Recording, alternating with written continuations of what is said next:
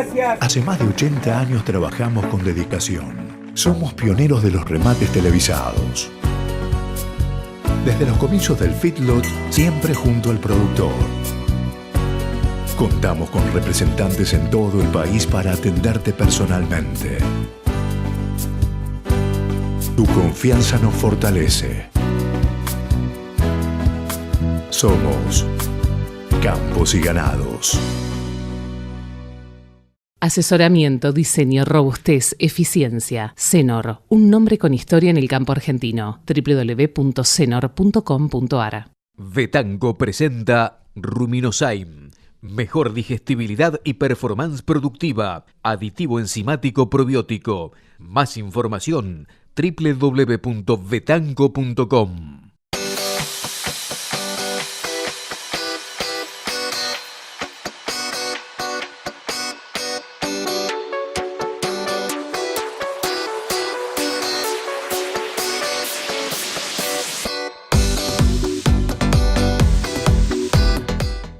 Swift, líder del sector en faena, ventas y exportación, desde 1907 acompañando al productor. Miscorrales.com, un software que nació en el campo para ordenar y simplificar el proceso de alimentación en corrales de encierre en tiempo real. Logramos simplificar tareas, reducir tiempos, mantener un canal de comunicación en tiempo real entre el equipo de trabajo, mejorar la toma de decisiones, aprender desde nuestra gestión para generar acciones más efectivas, mejorar la rentabilidad. Miscorrales.com. Carreteles Rafaela, caravanas Datamars reutilizables con identificación electrónica mediante radiofrecuencia. Caravanas Argenflex, sistema de identificación visual tradicional, especial para feedlot, entrega inmediata. Más informes, carretelesrafaela.com.ar. FarmKit, excelencia en bienestar animal, especialistas en instalaciones ganaderas, tecnología australiana, entregas e instalación en todo el país y Mercosur, casillas de operar, mangas, toriles, cargadores, mesas para terneros, instalaciones para feedlot y mucho más, diseños personalizados. 1 de enero, logística y transporte de Hacienda, jaulas doble piso y simples en todo el país. 23 años cargando jaulas doble piso. Operador logístico Manolo Lamas. www.1denero.com. Estamos donde usted nos necesita. Hacienda Federal es consignataria, uniendo al país con los negocios ganaderos. Haciendafederales.com. Más gestión, mejores resultados. La evolución del sistema Router. Obtenga terneras eficientes de 115-120 kilogramos en 105 días. Consulte a su distribuidor o cooperativa por financiación especial.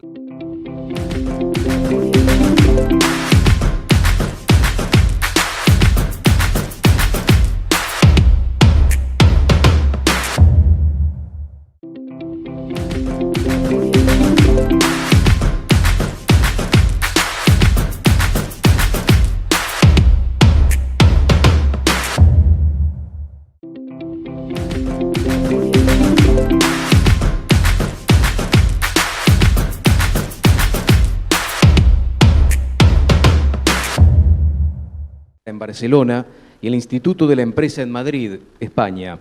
Es docente de la Escuela de Sommelier de Carnes de la Facultad de Ciencias Veterinarias de la UBA y ha sido disertante en más de 170 eventos técnicos y en reuniones realizadas con ganaderos y profesionales del sector. Esta es una más. Adrián, querido, muy bienvenido. Gracias por estar y por compartir este momento con todos ustedes también.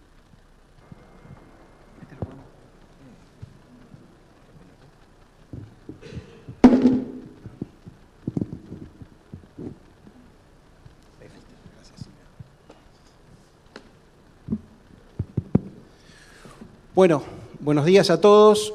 Felicitaciones a la organización de este evento por la extraordinaria concurrencia que tenemos hoy en día. Yo me voy a referir un poco a, no sé si está la presentación lista como para arrancar, pero voy a hablar más que nada del mercado interno, ¿sí? A mí me toca ser, como se mencionó, tengo el desafío y el privilegio de ser jefe del mercado interno del IPCBA prácticamente desde que se fundó, y tenemos muchos estudios de mercado que hemos hecho desde el IPCBA. Lo que quería mostrar es un poco cómo fue el año 2018 en relación a la carne de feedlot. cómo está yendo esta primera parte del año, qué es lo que se puede esperar y cuáles pueden llegar a ser mecanismos de agregado de valor para la carne proveniente de engorde a corral, ¿sí? Creo que ahí hay un desafío importante. No sé si tenemos la presentación, si no voy adelantando algunas cuestiones desde el machete que tengo aquí. Bueno. Como les decía, para ir ganando un poco de tiempo, ¿no? El año 2018 lo que caracterizó fundamentalmente a Argentina, de la misma manera que lo estamos sufriendo este año, son distintas cuestiones que afectan nuestra macroeconomía, ¿sí? Y eso tiene que ver con distintas medidas que son propias de nuestro país y medidas que vienen impuestas desde afuera, como la suba de tasas de Estados Unidos. Eso en el año 2018 ha repercutido fuertemente en un movimiento importante del valor del dólar. Y si hablamos de engorde a corral, hablamos de una dolarización importante del principal insumo, que es el maíz, ¿no es cierto? Entonces, esa situación en el año 2018 ha hecho un cambio, o ha provocado un cambio importante en los costos del feedlot, costos de alimentación fundamentalmente, pero también esas otras medidas que les mencionaba, como aumento del costo de combustibles o aumento de costos de tarifas, ha provocado también un salto importante en el costo energético del feedlot. Entonces, en principio, ¿sí? ¿Estamos? Ahí está. Después les voy a dejar a quienes les interese, la organización cuenta con la presentación, pero esto es un poco lo que les decía, ¿no? Todas las medidas macroeconómicas y medidas internas y externas que están afectando fundamentalmente durante el año 2018 el valor del dólar, con un salto importante del dólar. Y pasamos a la siguiente, por favor. ¿Sí? Esta es la consecuencia que les decía, una dolarización del principal insumo del costo de producción, no solo de feedlot y producción de engorda corral vacuna, sino de todos aquellos que están involucrados en la producción de proteínas cárnicas. Bueno, esto modificó un poco la ecuación o el interés de los feedlots. Adelante. Este es un gráfico de la Secretaría de Agroindustria que les muestra el movimiento de terneros y terneras a establecimientos de engorde a corral, y por la razón que les mencionaba recién, por el aumento de costo de producción de maíz, un menor interés de los feedlots, un menor movimiento de terneras y terneros a feedlots, fundamentalmente, si siguen las curvas a fin de año, la curva que se cae prácticamente y toca el eje de las X, es la curva correspondiente al año pasado. Si en noviembre y diciembre hubo mucho menos envío de terneras y terneros a feedlots. Adelante. A principios, o mejor dicho, a mediados del año pasado, y por esta cuestión de un menor interés en terneros y menor precio de terneros, la relación que expresa la relación de precios de ternero con novillo se apartó un poco de la relación histórica, ¿sí? De la estacionalidad histórica, y la línea amarilla, que es la que está más abajo, es la que expresa cómo se mueve esa relación histórica, y en el año 2018 cae mucho más que la que venía manifestándose, y bueno, tiene que ver justamente con esto, ¿no? Por un lado, con el menor interés en terneros. La relación que expresa claramente esta simetría que hay entre lo que es faena de hembras y precio de los terneros. ¿Sí? Estamos en un contexto en donde si no hay interés por terneros, la faena de hembras se eleva naturalmente cuando estamos hablando de que la ganadería y la cría en particular es un negocio fuertemente, signado por las expectativas.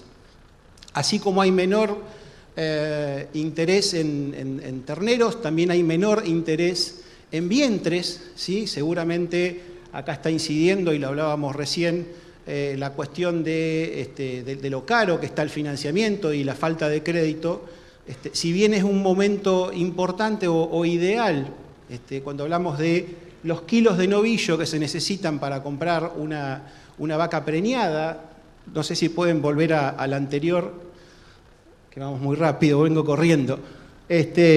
Si vemos esa relación, estaríamos en este momento del año, más allá de una cuestión estacional, estructuralmente es un buen momento para pensar en esta cuestión de las relaciones entre lo que es el producto final y los vientres.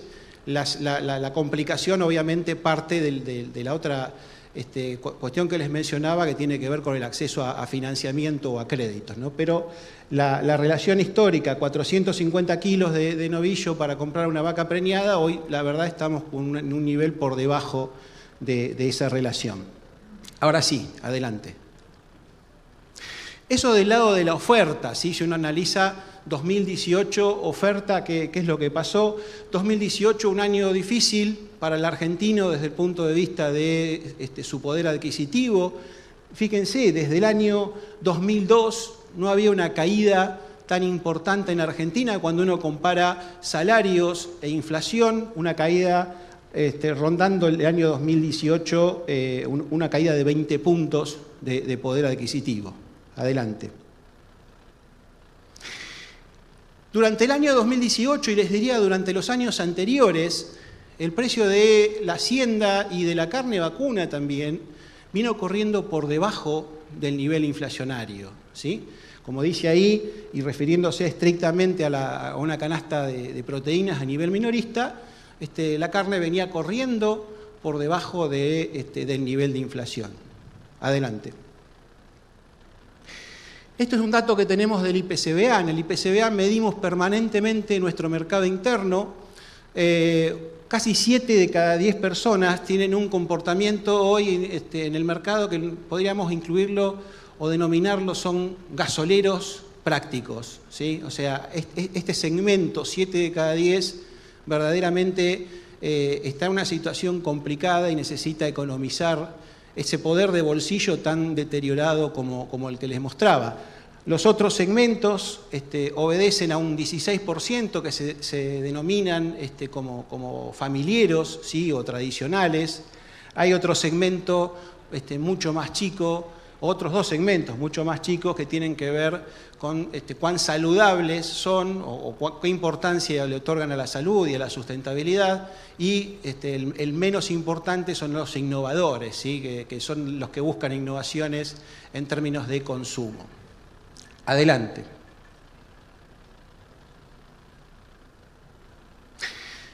Nosotros preguntamos, esto surge de un panel online, un estudio de mercado que hace el IPCBA, viene haciendo desde hace unos años, son 1000 casos, en este momento los estamos haciendo cada 2 meses. En el 2018 le preguntamos al argentino si había tenido algún cambio en el comportamiento de compra por el escenario económico. Un 35%, la barra de la izquierda, menciona que no ha hecho ningún cambio, pero el resto, un 65% de la gente, ha hecho algún cambio en el punto de compra, ¿sí? ¿A dónde va a comprar la carne vacuna? 2 de cada 10 mencionan que se pasan de supermercados a carnicerías más baratas, 1 de cada 10 la relación inversa, 2 de cada 10 se pasan de carnicerías a carnicerías más baratas y 1 de cada 10 de supermercados a supermercados más baratos. Y eso es un poco la infidelidad que está mostrando el ama de casa hacia los puntos de venta. Adelante. Y lo otro que mide el instituto permanentemente es el efecto sustitución, ¿sí? En un escenario inflacionario y en un escenario de pérdida de poder adquisitivo, lo que queríamos ver, bueno, ¿qué pasa con la gente en relación al consumo de carne vacuna? En principio, un 23% de la gente, que son la suma de las 2 primeras columnas, ¿sí? Dice que en realidad, ante una pérdida de poder adquisitivo, una suba de precios o un contexto inflacionario importante, no está teniendo cambios y sigue tratando de comprar la misma cantidad de carne vacuna. Ahora, las 2 columnas del centro, un 46%, casi la mitad de la población, sí está manifestando una disminución del consumo de carne vacuna, una parte tratando de mantener el consumo del mismo nivel de calidad y otra parte pasándose a cortes más baratos, ¿sí? Y después hay un 30% de gente que ya estamos hablando de procesos o de sustitución por carnes alternativas o directamente de abandono del consumo de carne. Eso es un poco la reacción que durante el año pasado, medida, como le digo, por el IPCBA, es la reacción de comportamiento de compra y de consumo del argentino. Adelante. Cuando uno pregunta, bueno, ¿y por qué se sustituye carne vacuna? En primer lugar aparece en la columna ahí el pollo, en segundo lugar el cerdo, después pastas, verduras y otros alimentos. Y nosotros medimos por distintos segmentos, trabajamos mucho, estamos metiéndonos muchos con las nuevas generaciones, los millennials y los centennials. Después les voy a mostrar algunas diapositivas específicas, pero ahí es claro. En el caso de los millennials hay mucho más sustitución por pollo. Si ustedes alcanzan a ver las diferencias por nivel socioeconómico, las clases más bajas sustituyen más por pollo, las más altas por cerdo, ¿sí? Y además hay más sustitución por pollo en el interior del país que en Capital Federal. Esto es ya entrando a hilar más fino para analizar cómo se dan estos fenómenos de sustitución. Adelante, por favor. Esto es un dato de color, pero estamos viendo que si el pollo está empezando a sustituir carne vacuna, una de las vías de ingreso de esa sustitución tiene que ver con cambios en los hábitos de compra, en donde la gente con menos tiempo y el hecho de, digamos, comprar más comida ya preparada, típicamente en el caso de las milanesas, se compran muchos más milanesas de pollo que milanesas de carne. Esta es una vía de ingreso bastante notoria que estamos viendo y que está haciendo o está provocando efectos de sustitución. Adelante. ¿Cómo viene este año? ¿Sí? Adelante. Ese es el contexto general de caída de consumo de este año para los argentinos, para todos nosotros, ¿sí? CAME, que es una de las cámaras empresarias minoristas, lo que ha determinado para el primer cuatrimestre es una caída general de consumo de bienes y servicios de alrededor de un 12%, ¿sí? Hace 16 mediciones que el consumo viene decayendo, viene en baja. Adelante. Lo que se ve en este gráfico, yo les decía, el año pasado la carne vacuna, la hacienda y la carne vacuna vinieron corriendo por detrás de la inflación. Lo que se ve a la derecha del gráfico, las líneas enteras, la más elevada refleja el precio de la hacienda gorda, la otra el precio de invernada. Se ve claramente el ajuste que hubo a principios de este año o el acomodamiento de los precios de la hacienda de este año. Las líneas punteadas, la de más arriba es el nivel inflacionario, ¿sí? General, y la línea punteada de más abajo es el índice de precios minoristas de la carne, ¿sí? Que viene con un delay respecto al movimiento del precio del gordo. Pero esto es para mostrar el acomodamiento de los precios de hacienda y precios minoristas. Aún así, y más allá del reacomodamiento de precio de hacienda y precio minorista, cuando se analiza y se compara cuánto evolucionó la carne, ¿sí? Esto es un dato desde el inicio del gobierno actual, el gobierno de Macri, se ve que el incremento de carnes aún así figura entre los de más abajo de esa lista si se lo compara con otros alimentos, ¿sí? Eso es un poco, esos son datos de aquí del gobierno de la Ciudad de Buenos Aires. ¿Dónde estamos hoy en términos de producción, de faena? Si se fijan en la primera columna, tenemos un 4% menos de producción de carne comparando este primer cuatrimestre con respecto al primer cuatrimestre del año pasado, ¿sí? Esos 4% menos de producción equivalen a un alrededor de 41.000 toneladas. Si a eso le sumamos que durante este primer cuatrimestre estamos hablando de una exportación de 50.000 toneladas más en relación al año pasado, estamos diciendo que al mercado interno se han volcado unas 95.000 toneladas menos, ¿sí?, respecto al año anterior. Eso significa una caída del consumo de carne de aproximadamente un 10,8%. Si recuerdan, pasemos a la siguiente. Si recuerdan el dato que les mostraba de caída de consumo general, estamos diciendo que la caída del consumo de carne fue más o menos parejo a la caída general de consumo a nivel de sociedad. Esto simplemente para mostrar, y también son datos del Instituto, sigue el proceso de sustitución de carne, ¿sí? Si se fijan arriba, el pollo, hay un 22% más de gente que dice que come más pollo en relación al mes anterior, ¿sí? Carne vacuna es mucho menos, y carne vacuna, ese dato de 46% que dice que está comiendo menos, coincide con el que les mostraba hace un rato. Esto es un poco para dimensionar el efecto sustitución, ya medido con datos de este año, eso es marzo-abril 2019. Sigue habiendo un efecto sustitución. Adelante. Bueno, el dato que les decía de consumo de carne, comparando el primer cuatrimestre de este año con el del año anterior, arriba de 50 kilos, 51 kilos, es una caída del 10,8%, en línea con la caída de consumo general de nuestra sociedad. Adelante. Esto es un dato o un gráfico que demuestra de alguna manera los inconvenientes que está teniendo el mercado interno para convalidar precios de hacienda liviana, ¿sí?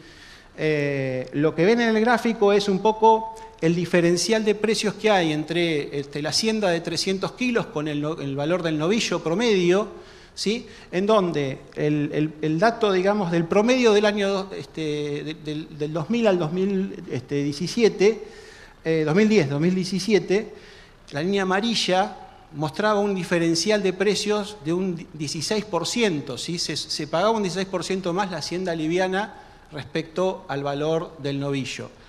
La línea roja del 2018 ya está mostrando una caída de ese porcentaje en torno a un 12%, y los primeros meses de este año estamos hablando de un 9 o un 10%, ¿sí? Esto traducido a digamos, poder adquisitivo de la gente y poder como para convalidar el valor de la hacienda liviana está mostrando dificultades, es otra manera de expresarlo. Ahí está un poco planteado el valor real, esto lo saca siempre de todos los meses valor carne, a pesar de la repuntada que hubo en la hacienda, esa caída que se ve en los últimos 2-3 meses tiene que ver con esto que les digo, hay una dificultad del consumo interno, es como que ha llegado ya a un límite como para convalidar nuevas subas, ¿sí? De todas maneras, el valor real del novillo está un 2% por encima de el valor promedio móvil de los últimos 52 semanas. Estamos en un contexto de elevada faena de hembras, ¿sí? Primer cuatrimestre estamos hablando de un 49%. Yo no me voy a referir a exportación. Es cierto que están viniendo muy buenas noticias de lo que fue la CIAL China, en donde participó el IPCBA, y es como que la demanda de China pareciera no tener techo, y seguramente esa faena de vacas tiene que ver con el China, y también tiene que ver con lo que hablábamos hoy, esa cuestión de falta de crédito o de financiamiento de los productores. ¿Qué está cambiando? Hay una remontada de los feedlots en términos de capacidad de ocupada. Estamos hablando de una mejora coyuntural, pero aún así sigue en niveles muy por debajo de lo que fue el año pasado. En el caso de este mes estamos hablando de un 13% menos de ocupación respecto a lo que fue el igual mes al año pasado. Adelante. Arriba tienen ustedes las relaciones entre precios de gordo e invernada. Hoy estamos para los feedlots con una relación bastante ideal desde ese punto de vista. Y abajo tienen la relación entre grano y novillo, también con una relación que ha cambiado con respecto a lo que fue inicio de año, vinculado a la evolución de los precios del maíz. Si ven el gráfico de abajo, lo que marca es la tendencia del valor disponible para maíz a lo largo del año, sacando un promedio en los últimos años, y lo que se ve que del mes de junio a septiembre, obviamente, a medida que avanza la cosecha, ese valor va perdiendo valor, entre un 10 y un 12% en términos estacionales, ¿sí? O sea, es probable que a medida que avance el año, el costo de producción de los feedlots desde el punto de vista del maíz baje más, y ahí alguna señal de alarma o de alerta para seguir de cerca. Tampoco perdamos de vista el hecho de que estamos hablando de un insumo dolarizado, y a medida que se acerquen las elecciones, el tema del dólar, y con la incertidumbre que tenemos política y más manifestada a partir de este último fin de semana, creo que hay que seguir de cerca también esa posibilidad que suba del valor a medida que se acerque. Esta parece ser una buena noticia por todo lo que les vengo comentando. En Argentina está costando domar la inflación. El dato que apareció la semana pasada es un dato, si se quiere, alentador en medio de tanta complejidad. Igual lo que está abajo como gráfico es el relevamiento de expectativas de mercado que hace el Banco Central todos los meses. Todavía no tenemos el dato de este mes, pero si se fijan en las perspectivas de baja de inflación, va a ser siempre muy gradual, ¿sí? Estamos hablando de llegar a fin de año con un valor de inflación de un 40%, un valor de diciembre del año que viene cercano al 20%, o sea, estamos hablando en que la corrección de la inflación va a llevar su tiempo y no va a ser de un día para el otro. Yo recién le mostraba dato de inflación del mes pasado, 3,4%, el dato oficial. Lo que surge del estudio de mercado que hace el IPCBA, que es un relevamiento en puntos de venta que hacemos en Capital Federal, Gran Buenos Aires, y que también tomamos datos en Córdoba y en Rosario. Si se fijan cuánto evolucionó la carne vacuna en el transcurso del último año y versus lo que fue el incremento del cerdo o el incremento del pollo, mientras la carne vacuna subió alrededor de un 70% el último año, el pollo lo hizo en un 113%. Y el último mes, el dato de aumento de carne vacuna, cercano al 0,8%, está marcando dos cuestiones. Si lo comparamos con el pollo, hay un encarecimiento del pollo respecto a la carne vacuna, y el otro dato es la carne vacuna del último mes aumentó menos que el nivel inflacionario, con lo cual pareciera que pasado el reacomodamiento de precios y toda la cuestión que estuvimos en la agenda mediática durante el último mes y medio, 2 meses, debería empezar a aplacarse y debería traer un poco más de tranquilidad desde el punto de vista del negocio. Algunas estrategias para agregar valor. Perspectivas del Rabobank. El Rabobank ve de acá al 2027 un reacomodamiento de Argentina en términos de rodeo, en términos de incremento de peso de faena, y no sé si se alcanza a ver lo que está en azul, pero el Rabobank sigue pensando en una importancia, mucha importancia, o le otorga mucha relevancia a lo que es la producción de feedlots en Argentina, ¿sí? O sea, eso es un poco en términos de prospección, ¿no es cierto?, o prospectiva. En el IPCBA le preguntamos a la gente en este panel online que tenemos si tienen claro con qué asocia los atributos de carne de feedlot. 45% no tienen bien en claro con qué se asocian los atributos de carne de feedlot.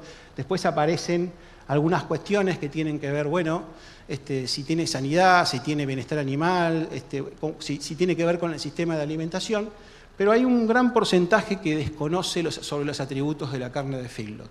Y de la misma manera, abajo hay un gran desconocimiento del origen de la carne que consumen los argentinos. 65%, cuando se le pregunta por el origen, desconoce de dónde viene esa carne, ¿sí? En cuanto a sistemas de producción. Adelante. Esta pregunta la hicimos hace un tiempo. Le preguntamos, ¿qué pasa si la carne le sale dura? ¿Por qué le puede salir dura la carne? Las primeras respuestas están asociadas, bueno, con un problema con quien en realidad en Argentina es el agente más importante o el nexo con la cadena, que es el carnicero, a nivel minorista, ¿sí? Después hay problemas que tienen que ver con el sistema de cocción de esa carne, de errarle el corte al método de cocción o de equivocarse en la cocción. Y después, muy abajo, aparecen cuestiones que tienen que ver con los sistemas de alimentación o de producción. La gente no tiene muy en claro cómo se vincula el sistema de alimentación del ganado o el sistema de producción con la calidad que puede llegar a tener la carne que consume. Adelante.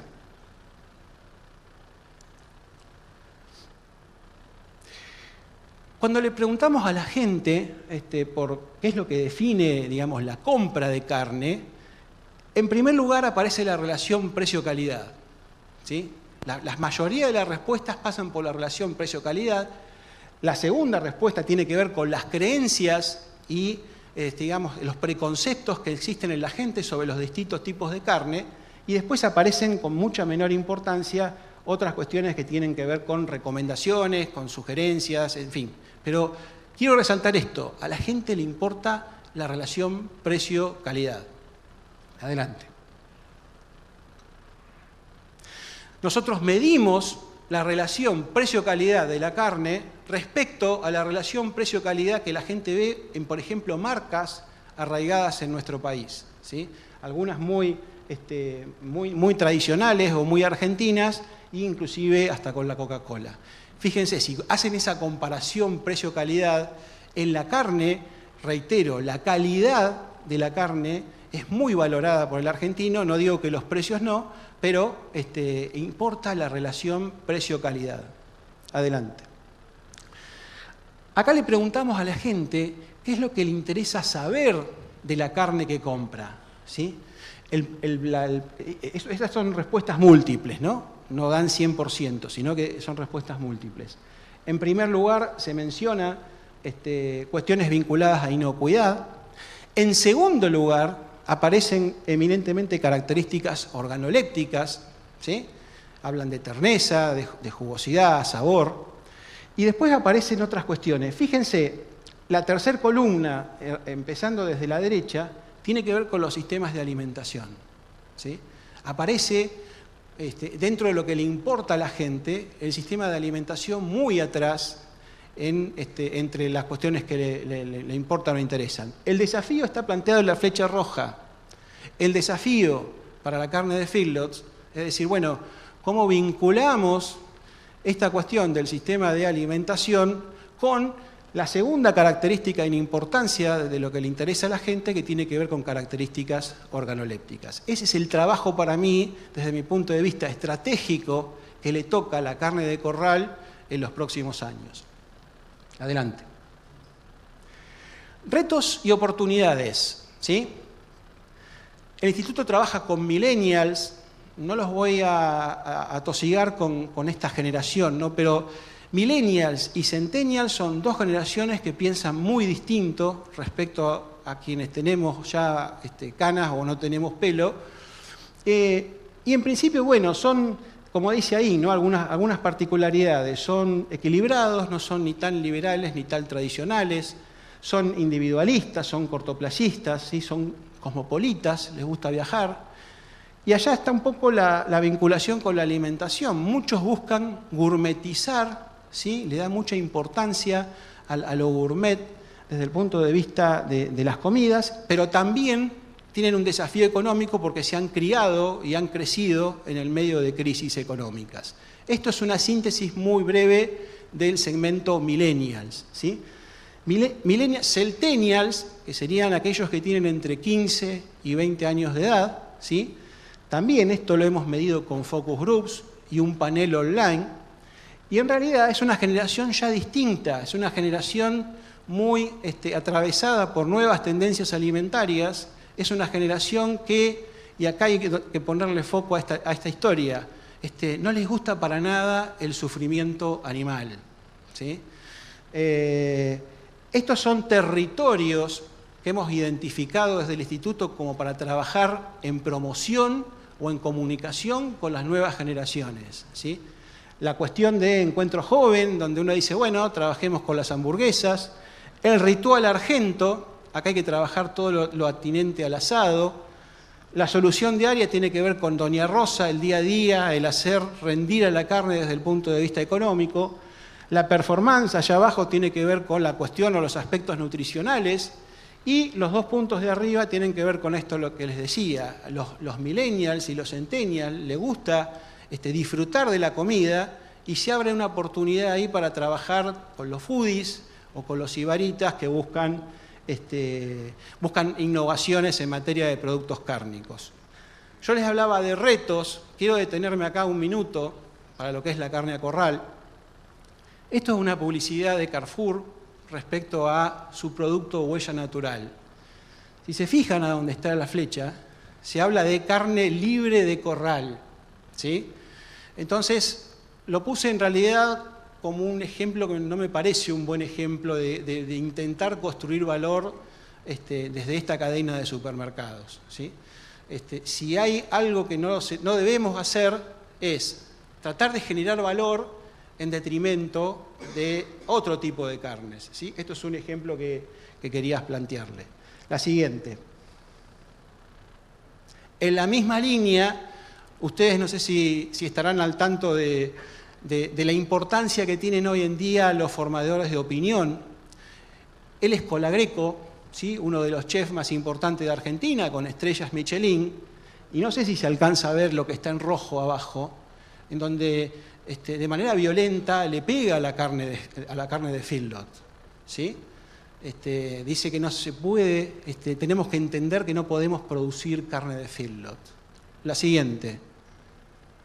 Troca, otro referente actual de la cocina argentina, en lo que está en rojo arriba, hace algún comentario parecido, ¿sí? Entonces, la reflexión es, el desafío que tiene el feedlot es trabajar con formadores de opinión, con educar, y ir un camino en donde este tipo de cuestiones no resten valor, sino buscar los caminos para sumar valor, ¿sí?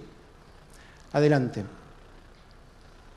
Yo les decía, esta cuestión de los centennials, esto es producto de estudios de mercado que hemos hecho en el instituto, la cuestión de salud y la cuestión del veganismo avanza en Argentina también a pasos agigantados. Y aquí el tema de sufrimiento animal, de no comer carne porque se matan los animales, y como dice ahí a lo último, se habla hasta de asesinos, ¿sí? Es una cuestión que vamos a tener que seguir trabajando a futuro más y más. Adelante. Yendo un poquitito más lejos, pero teniéndolo presente en el radar, esta generación nueva, y por lo que les decía recién, si está en contra del sufrimiento animal, es probable que empiece a ver con beneplácito esto que se nos viene encima, que es la carne de laboratorio. No quería dejar de plantearla en esta cuestión porque es algo que tenemos que tener presente en el radar. Ya voy terminando, Silvio, ¿eh? Adelante. Quiero terminar con 3 o 4 ejemplos de cómo se hacen las cosas bien cuando se quiere agregar valor a carne de feedlot o carne de corral.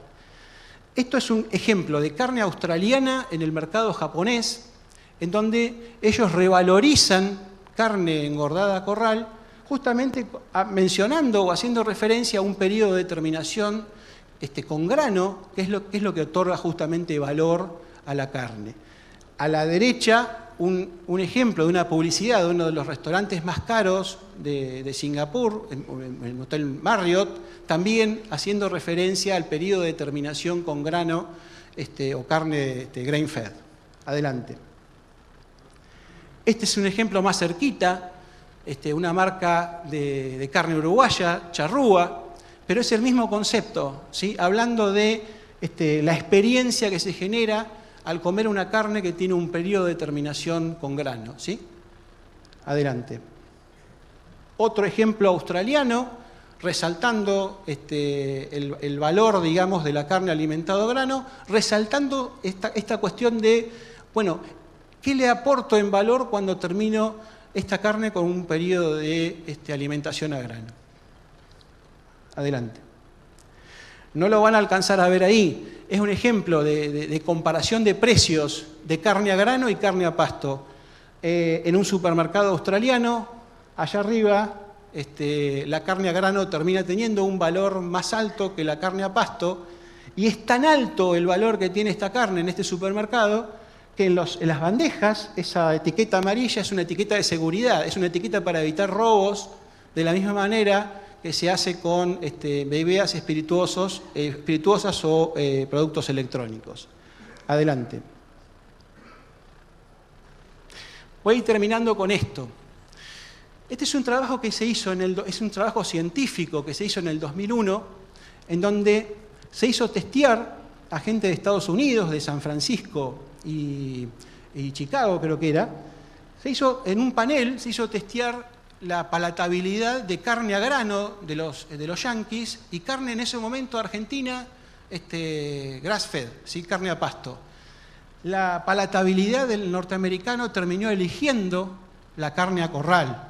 ¿Sí? O sea, a lo que voy es importante, cuando montamos una estrategia de agregado de valor, tener en claro que la carne, digamos, engordada a corral, según los mercados, tiene un potencial enorme como para competir inclusive contra toda la historia y tradición que tiene la carne vacuna argentina. Me pareció importante mostrarlo en un evento donde hay muchos engordadores a corral. La siguiente.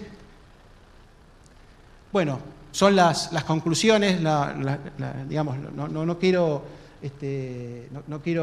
gastar más minutos, ¿no es cierto? Pero en Argentina el precio de la hacienda sigue moviéndose en función de cómo funciona nuestro mercado interno y hay una alta preponderancia del engorde a corral. En esa cuestión de que el mercado ha ido cambiando hábitos de compra por la cuestión inflacionaria, si hay algo que ha defendido el consumo de carne ha sido la calidad que ha aportado digamos, la hacienda liviana fundamentalmente, que es la preferencia de Argentina y es la que tiene un gran origen en establecimientos de engorde a corral. Y como le mostraba recién, hay muchos ejemplos en donde es posible agregar valor, inclusive sin entrar en la competencia con la otra carne, la carne pastoril. Creo que la carne a corral tiene suficiente peso específico como para no plantear competencias con las otras carnes. Hay que centrarse en los propios atributos sensoriales y en la consistencia de la calidad. La última, y simplemente para agradecer que hayan prestado atención a esta charla. Muchas gracias. Gracias, Adrián. Adrián Bifaretti, el ingeniero Adrián Bifaretti, del Instituto de Promoción de la Carne Vacuna Argentina. Brillante, muy bueno, ¿eh?